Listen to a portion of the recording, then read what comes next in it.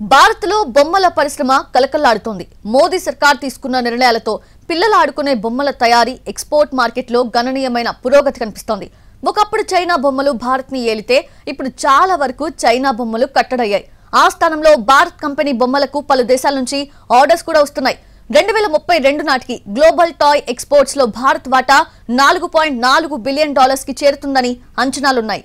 Make in India నినాదంతో భారత్లో బొమ్మల తయారీ పరిశ్రమను కేంద్ర ప్రభుత్వం ప్రోత్సహిస్తోంది.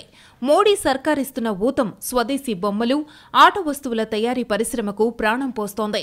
దశాబ్ద కాలం క్రితం భారత్లో చైనా ఆట బొమ్మలే ఎక్కువగా కనిపించేవి. భారత్ మార్కెట్ను చైనా బొమ్మల కంపెనీలే శాసించేవి. 2011-12 ఆర్థిక సంవత్సరంలో భారత్ ఏకంగా $422 మిలియన్ ఖరీదైన బొమ్మలను దిగుమతి చేసుకుంది.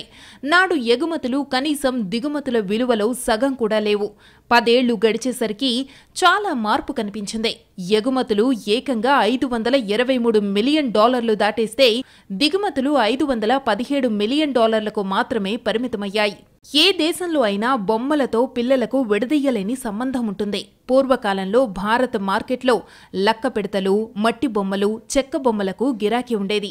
తర్వాతి కాలంలో టెర్రకోటా, ఆ తర్వాతి కాలంలో ఎలక్ట్రానిక్ బొమ్మలకు డిమాండ్ పెరిగింది.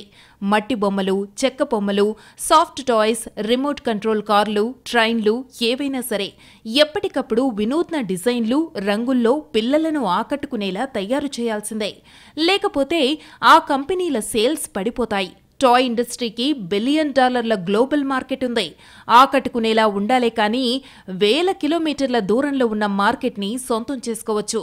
ప్రస్తుతం ప్రపంచవ్యాప్తంగా $1800 బిలియన్ మార్కెట్ టాయ్ ఇండస్ట్రీకి ఉందని ఓ అంచనా.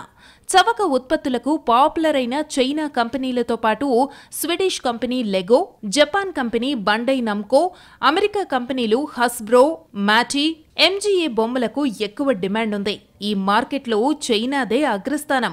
2022లో టాయ్ ఎక్స్‌పోర్ట్స్ మార్కెట్లో చైనా వాటా ఏకంగా 62.6%, అమెరికా వాటా 3.65% అయితే జర్మనీ వాటా 3.15%. కిడ్స్, యంగ్ అడల్ట్ బొమ్మలు, ఆట వస్తువుల్లో కొన్నేళ్లుగా ఇండియా కంపెనీలు కూడా ఆదరణ పొందుతున్నాయి.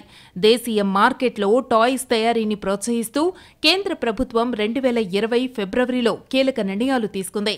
చీప్ క్వాలిటీ బొమ్మలపై నిషేధాన్ని విధించింది.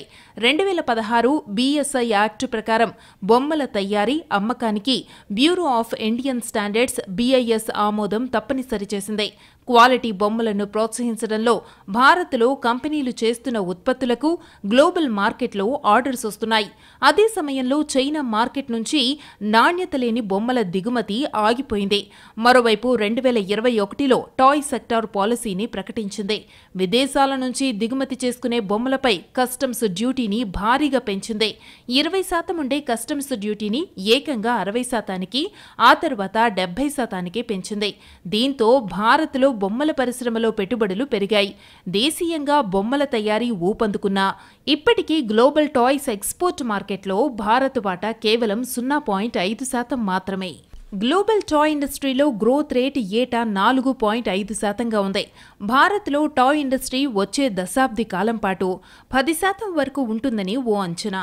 ఓవరాల్గా చూస్తే 2015-2023 మధ్య కాలంలో బొమ్మల ఎగుమతులు ఏకంగా 239% పెరిగితే దిగుమతులు 52% తగ్గాయి. 2023 నాటికి $1.7 బిలియన్ ఉన్న దేశీయ బొమ్మల ఎగుమతుల విలువ 2032 నాటికి టాయ్ ఎక్స్‌పోర్ట్ మార్కెట్లో $4.4 బిలియన్ చేరుతుందని అంచనాలున్నాయి.